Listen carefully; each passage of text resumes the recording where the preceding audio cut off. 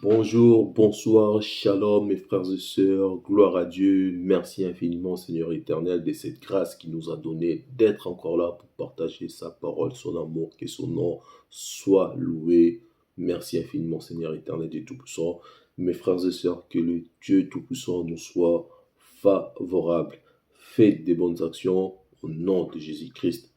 Que l'Éternel nous soit favorable dans la vie que nous menons chaque jour. Bien-aimés, nous avons un thème à partager. Ce thème se nomme « Ne change pas ta position ». Et oui, ne change pas ta position, mes frères et sœurs, car être sous la grâce, c'est une bénédiction, une vraie bénédiction, une merveille, mes frères et sœurs. Mais ne change pas ta position pour y aller sous la loi, car si Dieu a sorti nos frères et sœurs de la loi, c'est parce que Dieu a vu que la loi n'était pas bonne pour des hommes. Donc toi, change pas ta position pour partir de la loi, pour repartir. Je dirais même pas repartir parce que tu n'y étais pas, pour rentrer, pour partir dans la loi. Voilà, change pas ta position, reste sous la grâce car c'est une bénédiction, mes bien-aimés, mes frères et sœurs. Mais avant de commencer notre émission, prions afin que l'Esprit nous enseigne. Prions au nom de Jésus-Christ. Merci infiniment, Seigneur éternel, Dieu Tout-Puissant. Je prie au nom de Jésus-Christ, afin que l'Esprit nous enseigne. Père éternel, Dieu Tout-Puissant, accompagne-nous du début, milieu, à la fin, Seigneur. Car, Seigneur, ici, nous parlons que de toi, rien que de toi, Seigneur. Éclaire tes enfants, Seigneur éternel, Dieu Tout-Puissant. Apporte les explications, Père, sur ta parole. Que ton nom soit loué, Seigneur. Merci infiniment, car nous croyons, Père, qu'à toi. Nous croyons, Seigneur, à toutes choses que nous avons demandées. Nous voulons cela s'accomplir par la foi et surtout par ta volonté. Merci, Seigneur éternel, Dieu Tout-Puissant. Nous avons ainsi prié et nous disons Amen. Amen. Que Dieu Tout-Puissant soit glorifié. Alors, mes frères et sœurs, ne change pas ta position. Comme je dis, ta position, c'est une bénédiction, c'est une grâce d'être sous la grâce. Donc, ne change pas, ne pratique pas la loi, car pratiquant la loi, tu changes ta position. Tu ne seras plus sous la grâce, mais tu rentres, tu repars dans la loi. Et il faut savoir, la loi n'était pas bonne. La loi était remplie de défauts. Car Ézéchiel 20, 25 nous dit que Dieu avait donné des instructions, des commandements qui n'étaient pas bons. Alors ne change pas ta position, bien-aimé. Tout d'abord, je commencerai par responsabiliser les enseignants qui ont troublé les enfants de Dieu en sorte qu'ils ne connaissent pas leur position aujourd'hui, actuellement sous la grâce. Car beaucoup pratiquent la loi par ignorance. Beaucoup les pratiquent aussi quand ça les arrange. Mais tout ça, je dirais, c'est les prédicateurs ont mal enseigné. Pourquoi je dis cela? Il faut savoir une chose, bien aimé, un prédicateur, quand il enseigne mal, c'est pas la vie qu'il porte, c'est pas la paix qu'il donne, mais c'est la mort qu'il donne à des gens qui l'écoutent. Pardon. Pourquoi je dis la mort? Parce que quand tu prêches la loi et que tu mélanges la loi et une nouvelle alliance, c'est là en fait donne les pouvoirs au péché. Parce que la Bible dit, il ne faut pas mélanger, il ne faut pas avoir deux maîtres. Il ne faut pas être chaud et en même temps froid. Il ne faut pas être tiède. Donc il faut être soit tu es chaud, soit tu es froid. Donc eux, ils ont non seulement mélangé la loi et la grâce, et en plus, à part cela, ils ont encore rajouté ce qu'on appelle l'expérience personnelle. Ils viennent vous prêcher leurs expériences personnelles au lieu de vous parler que d'un seul homme qui est Christ. Point. Nous devons parler de Christ car un culte veut dire tourner tout autour de quelqu'un, d'une chose, et nous, la personne dont nous devons donner des gloires, parler de lui du début, du milieu et la fin, c'est Christ et rien du tout. Alors, bien aimé, Les prédicateurs ont fait ce qu'on appelle un syncrétisme. Syncrétisme, bien aimé, c'est là, ça veut dire tout simplement, c'est un mélange de religion, un mélange des doctrines, voilà, un mélange des doctrines, combinaison des doctrines, c'est ça qu'ils ont fait, un syncrétisme. Ils ont mélangé l'expérience personnelle, ils ont mélangé la loi, ils ont mélangé la nouvelle alliance, la grâce, et ils ont prêché. Donc ça, c'est pas bon. C'est pour cela, ça vous a mis dans la confusion pour être confus et aujourd'hui, vous savez plus dans quelle position vous êtes. Donc voilà pourquoi nous parlons de notre thème d'aujourd'hui. Notre thème d'aujourd'hui est ne change pas ta position. À savoir, bien aimé, aujourd'hui nous sommes sous la grâce. Cela veut tout simplement dire, je vais vous donner un exemple. C'est comme un Allemand ou un Anglais qui vient séjourner en France. Et par malheur, cet Anglais ou c'est Belge et fait un délit. Ces messieurs ou cette dame va être jugé par rapport à la loi française et non par rapport à la loi belge. Non, parce que cette personne se trouve bien dans un sol français.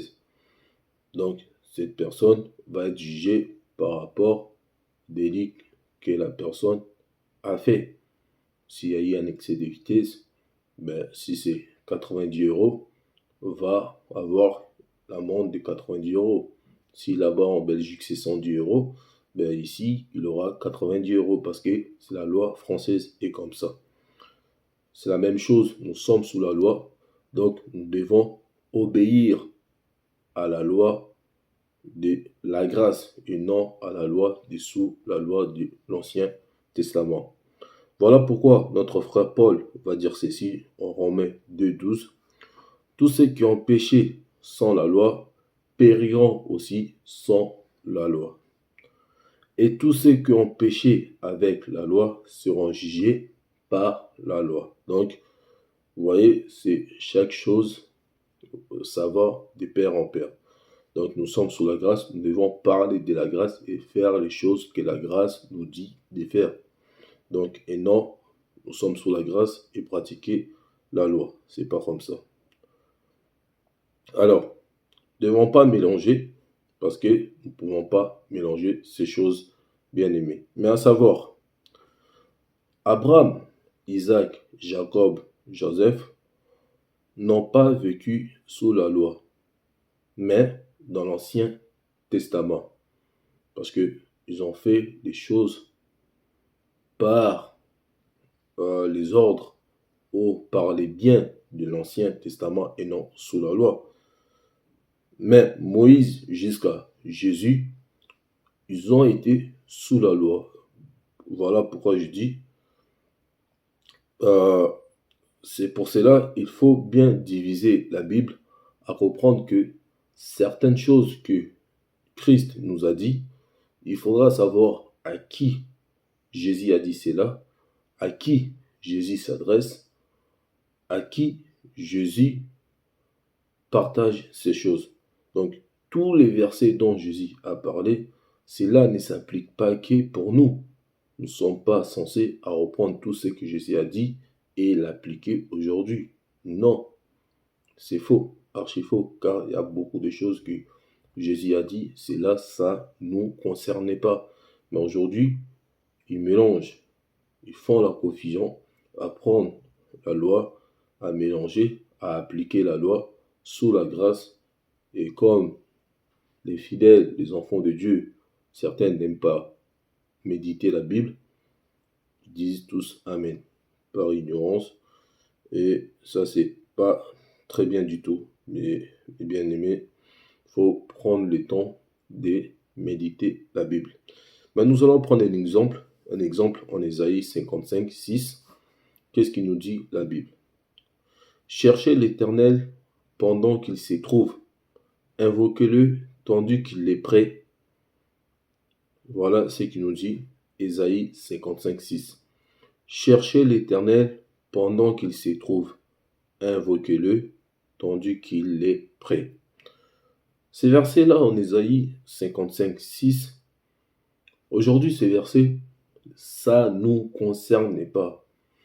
Aujourd'hui un prédicateur ou un pasteur ne peut pas vous dire de chercher le Seigneur pendant qu'il s'y trouve. C'est faux, car cela n'est pas pour nous.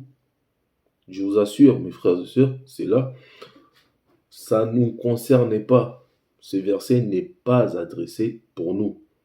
Il est pour le juif, les Israélites, mais ce n'est pas pour nous. Ces versets-là, nous devons mettre ça de côté. Par contre, qu'est-ce qui est pour nous, c'est quoi? Voilà le verset qui est pour nous. 1 Corinthiens 3, verset 16. Ne savez-vous pas que vous êtes le temple de Dieu et que l'Esprit de Dieu habite en vous? Pourquoi je prends ces versets? Je vous ai dit, ces versets-là est pour nous. Pourquoi? Parce qu'aujourd'hui, nous ne pouvons pas chercher le Dieu pendant qu'il s'y trouve. Car le Dieu en question qui les prédicateurs vont vous demander de les chercher, tu n'as pas besoin de les chercher parce que Dieu habite en toi. Ces versets d'Ésaïe 55:6, dans l'Ancien Testament, dans la loi, plutôt je dirais, cela était normal. Parce que l'Esprit de Dieu n'habitait pas dans l'homme. Donc l'homme devait chercher la face de l'Éternel. Mais aujourd'hui, l'Esprit de Dieu habite en vous. Où est-ce que tu veux aller chercher la face de Dieu? Comme on vous dit souvent quand vous partez dans l'église, soyez les bienvenus dans la maison de l'Éternel. Mais foutaise, qu'est-ce que c'est la maison de l'Éternel?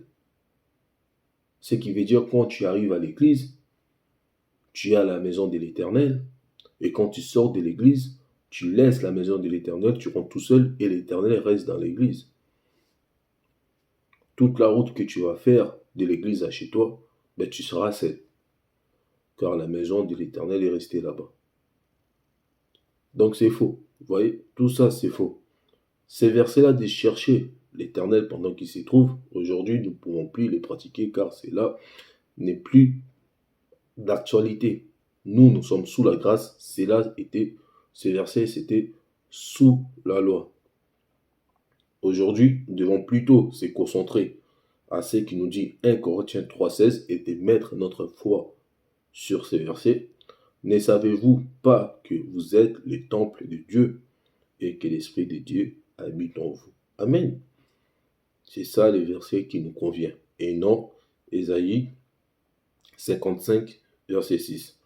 Je vais continuer, bien aimé, je prends un autre exemple. Parfois, ils vous disent que ma sœur, mon frère, Dieu m'a visité. Encore une bêtise, une foutaise. Est-ce que Dieu peut visiter sa maison? Vous, comme vous êtes là, est-ce que vous pouvez visiter votre maison? Vous les connaissez déjà. Pourquoi aller encore visiter votre maison? Ça n'a pas de sens. Vous voyez, ces choses-là, aujourd'hui, ça n'a pas de sens. Dans l'ancien temps, oui, Dieu visitait ses serviteurs, car c'était des serviteurs. Mais nous, aujourd'hui, nous ne sommes pas des serviteurs, nous sommes des enfants. Nous sommes la maison de Dieu. Et Dieu habite en nous. Dieu n'a pas besoin de visiter sa maison. Dieu est tout le temps avec toi. Tu es tout le temps sous la présence de Dieu, bien-aimé. Tu es tout le temps sous la présence de Dieu. Tu es son habitation. Dieu ne peut visiter sa maison. Tu es son habitation, bien-aimé. On continue. Osée 4:6. Mon peuple, vous connaissez d'ailleurs ce verset, mon peuple est détruit parce qu'il lui manque la connaissance. Ou dans d'autres versions disent, mon peuple périt faute de connaissance. Je dis Amen. Dans la loi, les peuples périssaient parce qu'il leur manquait la connaissance. Mais aujourd'hui, ces versets ne peuvent pas s'appliquer aux enfants. Car là, Dieu parle des peuples, un peuple, son peuple périssait faute de connaissances. Nous, nous sommes des enfants, nous ne pouvons pas périr faute de connaissances. Oui, à vrai dire, quand les enfants se multiplient, quand tu multiplies des enfants et que les enfants deviennent nombreux, ok, d'accord, on peut dire tes enfants forment un peuple. Mais aujourd'hui, Dieu, Dieu, quand il les disait sous la loi, Dieu ne parlait pas, ne les disait pas à ces contextes-là. Dieu parlait d'un peuple. D'un peuple. Dieu ne parlait pas des enfants. Nous, nous sommes des enfants de Dieu. Nous sommes un peuple, oui, mais nous sommes des enfants de Dieu. Mais les enfants de Dieu ne peuvent périr faute des connaissances. Impossible. C'est impossible. Galates 3, 26 nous dit, car vous êtes tous fils de Dieu par la foi en Jésus-Christ. Et aucun parent va vouloir que son enfant périsse faute de connaissances. Mauvais comme nous sommes, nous, qui dit la Bible, mauvais comme vous êtes, si vous savez donner de bonnes choses à vos enfants. Et le Dieu qui est en haut, qui est rempli d'amour, et que la Bible nous dit, rien ne peut nous séparer de Dieu. Rien. Et ce Dieu-là va accepter que ses enfants périssent faute de connaissances. Non, non. Parce que la connaissance, nous l'avons, bien aimé. Nous avons la connaissance. Nous avons la connaissance. Qu'est-ce qu'il dit Jésus? Il dit, dans Matthieu, il dit, je te remercie, Père, de ce que tu as caché ces choses et tu as voulu révéler ça aux enfants, aux petits-enfants. C'est qui les petits-enfants? C'est nous. Qu'il nous dit Jean 14, 26? Jésus dit ceci.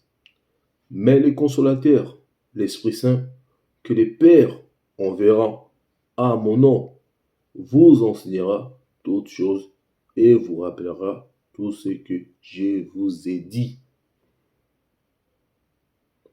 L'Esprit Saint est en nous. Tu ne peux pas périr faute de connaissances. Impossible. Toi qui as l'Esprit Saint en toi et tu n'as pas de connaissances. En fait, le problème n'est pas ça. Le problème n'est même pas périr faute de connaissances. Non. Le problème, c'est qu'il faut renouveler son intelligence. On va prendre un verset, bien aimé. Prendre un verset. Qu'est-ce qu'il nous dit la Bible? On va prendre un verset. Je prends Romains 12, verset 2. Qu'est-ce qu'il nous dit la Bible? Je lis au nom de Jésus-Christ. Ne vous conformez pas au siècle présent, mais soyez transformés par les renouvellements de l'intelligence, afin que vous discerniez quelle est la volonté de Dieu, ce qui est bon, agréable et parfait. Nous ne pouvons pas manquer de la connaissance. Nous ne pouvons pas parce que nous sommes des enfants. La connaissance est pour nous. Dieu les a réservés pour nous. La connaissance est à ta portée, devant toi, devant ta porte. Non, nos frères, nos sœurs dans la loi, la connaissance n'était pas pour eux. Dieu l'avait caché, comme je vous ai dit. Dans Ézéchiel 20, 25, Dieu n'a pas voulu leur donner la connaissance. Mais nous, Dieu nous a donné cette connaissance. Mais le problème, c'est ne pas se conformer dans ces siècles. Car si vous vous conformez dans ces siècles, mais la connaissance, vous ne pouvez pas y accès. Vous n'avez pas accès. Parce que vous ne donnez pas du temps à connaître les choses. Mais la connaissance est là. Elle vous attend. C'est à vous d'aller chercher la connaissance. Mais un enfant de Dieu, mes frères et sœurs, ne peut pas manquer la connaissance. Impossible, car la connaissance est pour nous. Et parce que Jésus nous l'a dit dans Jean 14, 26, mais le consolateur, l'Esprit Saint, que les pères enverront en mon nom, vous enseignera toutes choses et vous rappellera tout ce que je vous ai dit. Il va nous enseigner quoi? Les choses cachées. C'est ça que l'Esprit va nous enseigner. Et l'Esprit est prêt pour nous enseigner cela. Donc, c'est à nous d'accepter, d'aller chercher cette connaissance et l'Esprit va nous les donner. On va prendre un autre exemple, bien aimé. Matthieu 12, 43, 45. Qu'est-ce que la Bible nous dit? Lorsque l'esprit impur est sorti d'un homme, il va par des lieux arides, cherchant du repos, et ne la trouve point. Alors il dit, je retournerai dans ma maison d'où je suis sorti, et quand il arrive, il la trouve vide, balayée et ornée. Il s'en va, et il prend avec lui 7 autres esprits plus méchants que lui. Ils entrent dans la maison, s'y établissent, et la dernière condition de cet homme est pire que la première. Il en sera de même pour cette génération méchante. Amen. Mais ces versets-là, encore une fois, bien aimés, ce n'est pas pour nous. Non, je dis non. Lisez bien, qu'est-ce qu'il dit le Seigneur? On va le relire. Lorsque l'esprit impur est sorti d'un homme, il va par des lieux arides, chercha du repos, et il n'en trouva point.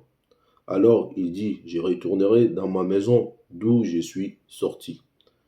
Et quand il arrive, il l'a trouvée vide, balayée et ornée. Il s'en va et il prend avec lui sept autres esprits plus méchants que lui. Ils entraient dans la maison, s'y établissent, et la dernière condition de cet homme est pire que la première. Il en sera de même pour cette génération méchante. Combien dire une génération, bien-aimé? Question, combien dire une génération? Si une génération dure 100 ans, la génération, elle est déjà passée. Et en plus, quand Jésus disait ces choses, Jésus parlait sous la loi.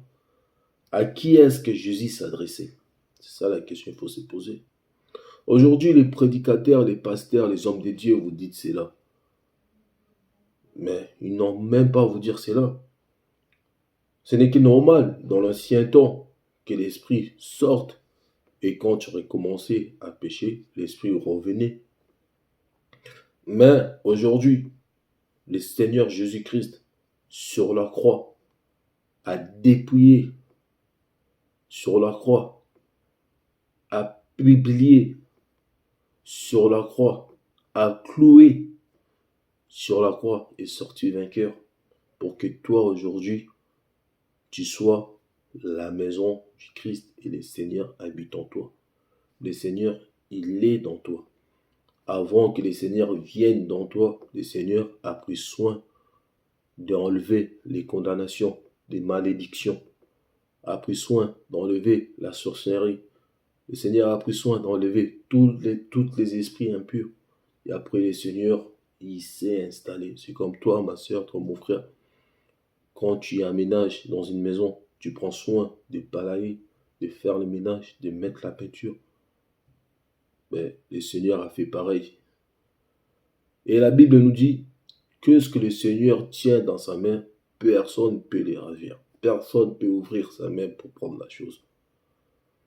Et aujourd'hui, ils vont vous faire croire que le Seigneur qui est en toi et l'Esprit va venir enlever le Seigneur dans sa maison, qui est toi, va chasser le Seigneur pour que l'Esprit vienne en toi pour te dominer. Impossible. Moi, j'y crois pas.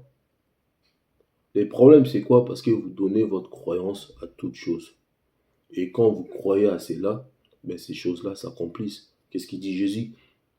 Il dit, c'est par votre foi que les choses se réalisent.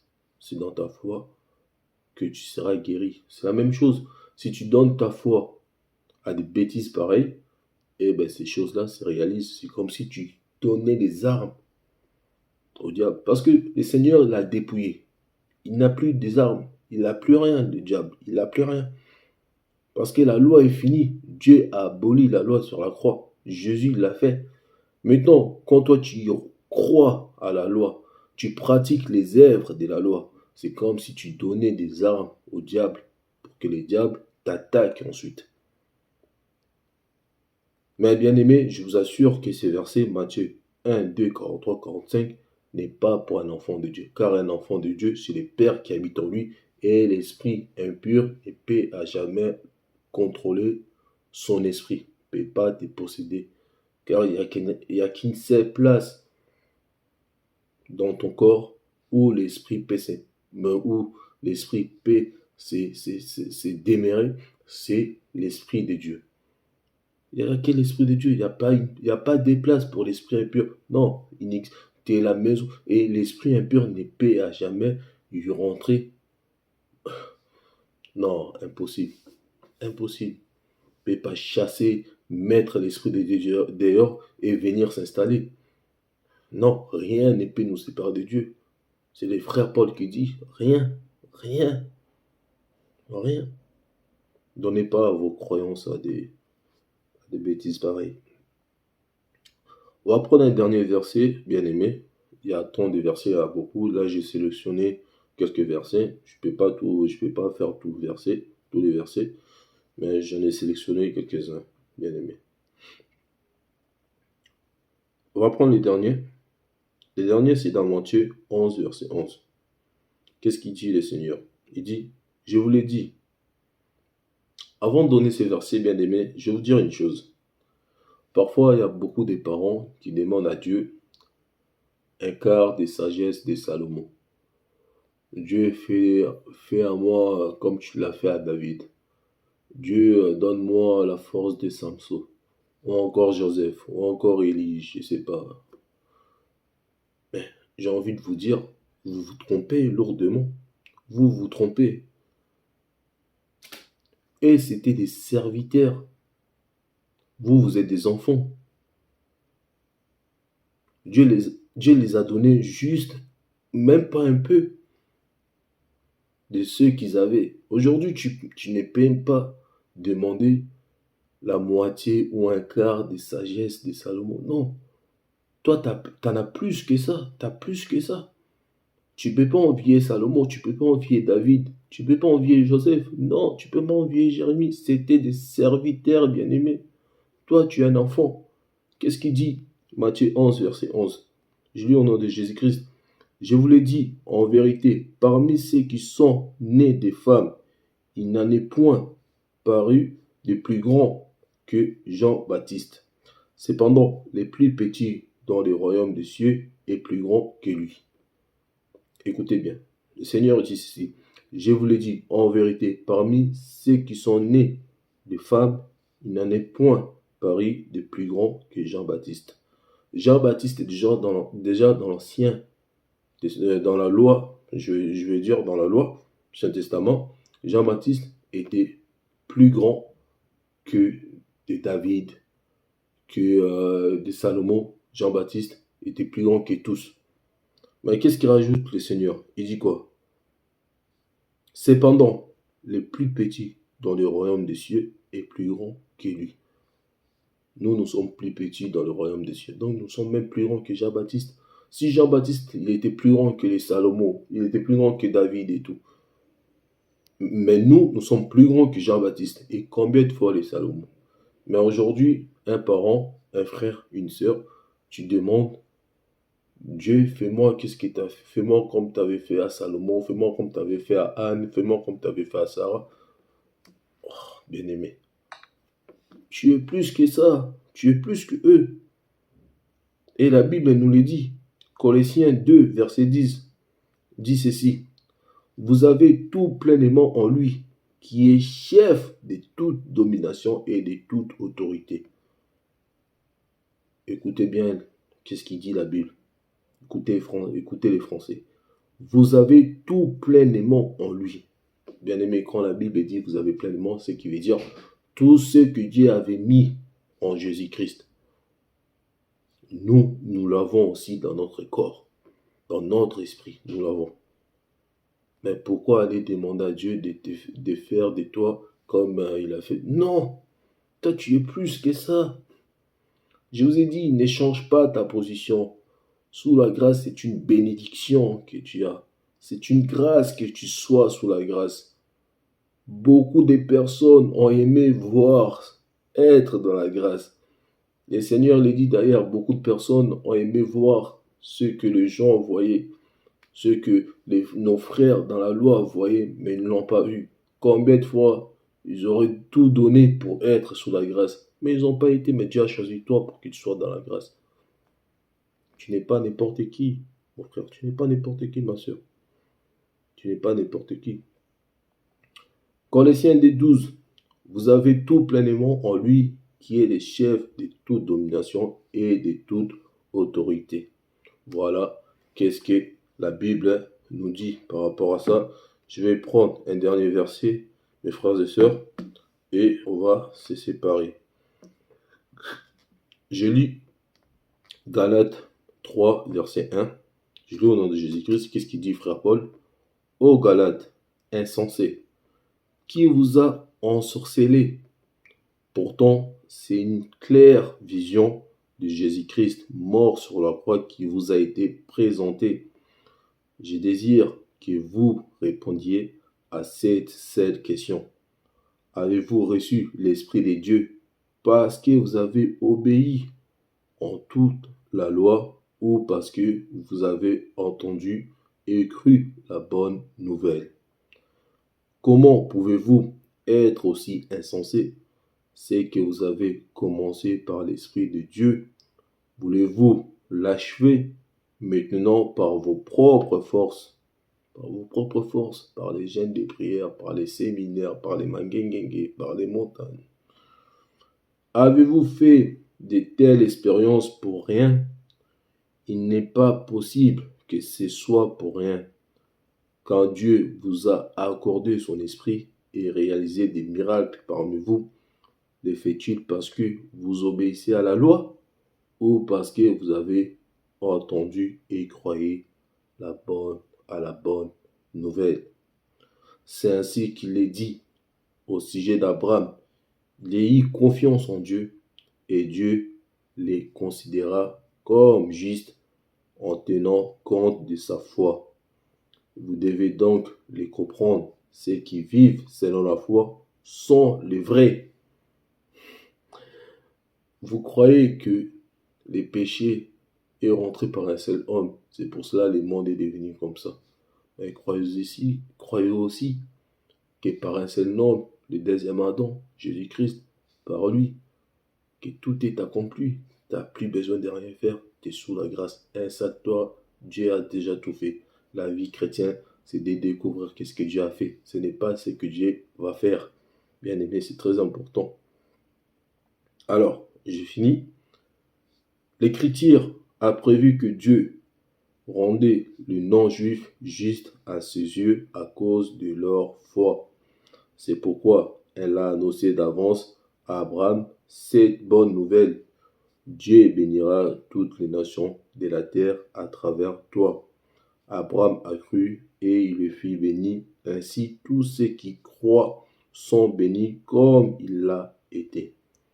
En revanche, ceux qui comptent sur l'obéissance à la loi sont frappés d'une malédiction. Vous qui mélangez la loi, tu ne connais pas ta position, tu es à la loi, tu es frappé de la malédiction. Et la malédiction, c'est les péchés qui prennent pouvoir en toi. C'est ça que j'avais dit. Si tu crois à des choses, à des bêtises, et si tu pratiques la loi, c'est les péchés qui prennent pouvoir sur toi, bien-aimé.